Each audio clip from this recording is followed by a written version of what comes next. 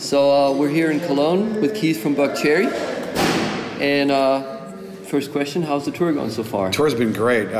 Really great response in Germany. It's been a while since we were here, a few years, so it's nice to be back. Great response. Okay.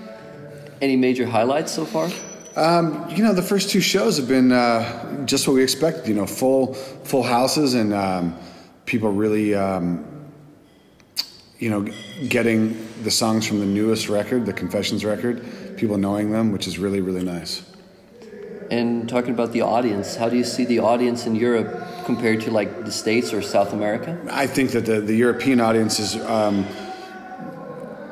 get the rock fans in Europe, would be my opinion, that they get more than just the songs that are on the radio because they don't get their songs the same way the American fans do. So comparing it to the U.S., where we do the majority of our touring, European audiences are familiar with your whole body of work.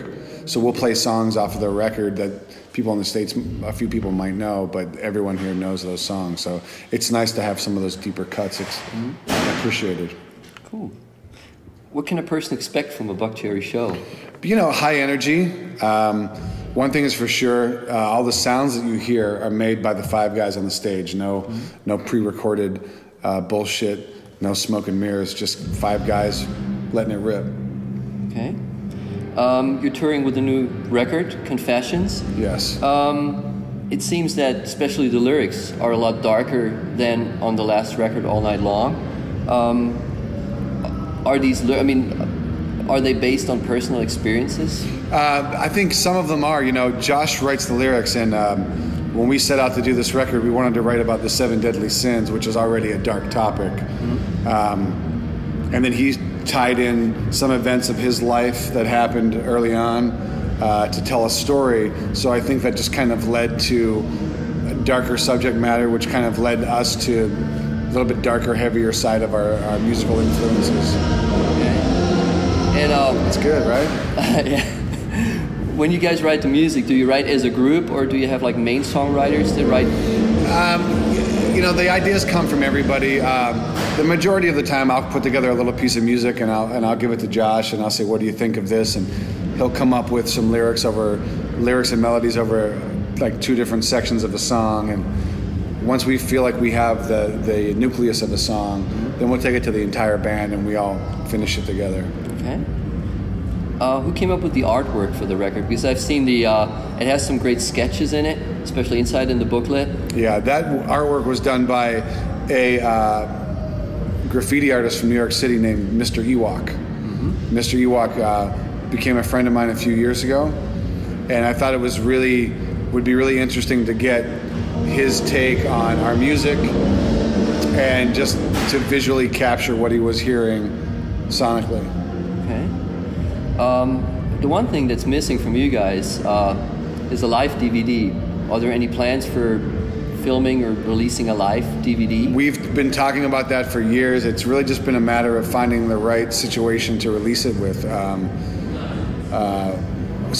It's something that will come out in the future, but right now we do not have a definitive date for it. Talking about recording, what kind of gear did you use on the new record?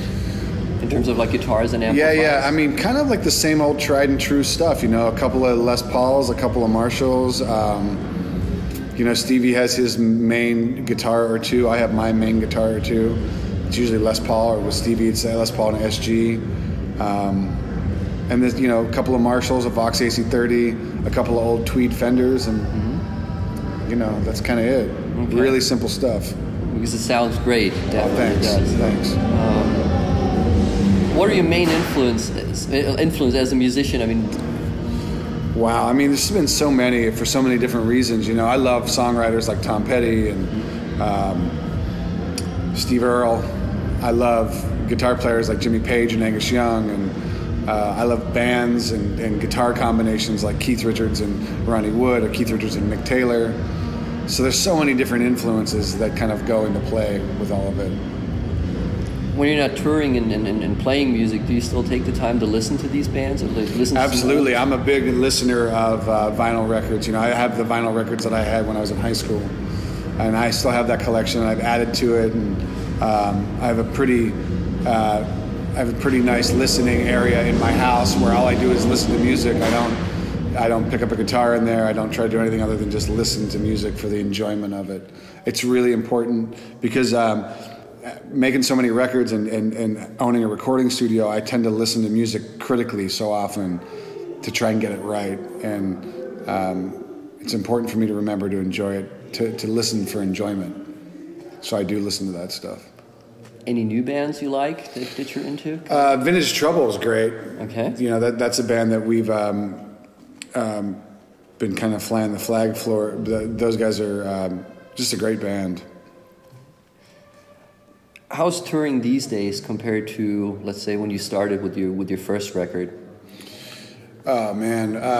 Well, the nice thing about it now is that we've been touring for so long and so extensively that we do have a nice following. So we are playing to, you know, nice sized rooms and nice big crowds. And so we're very fortunate to have that because we've put in all the legwork to get here.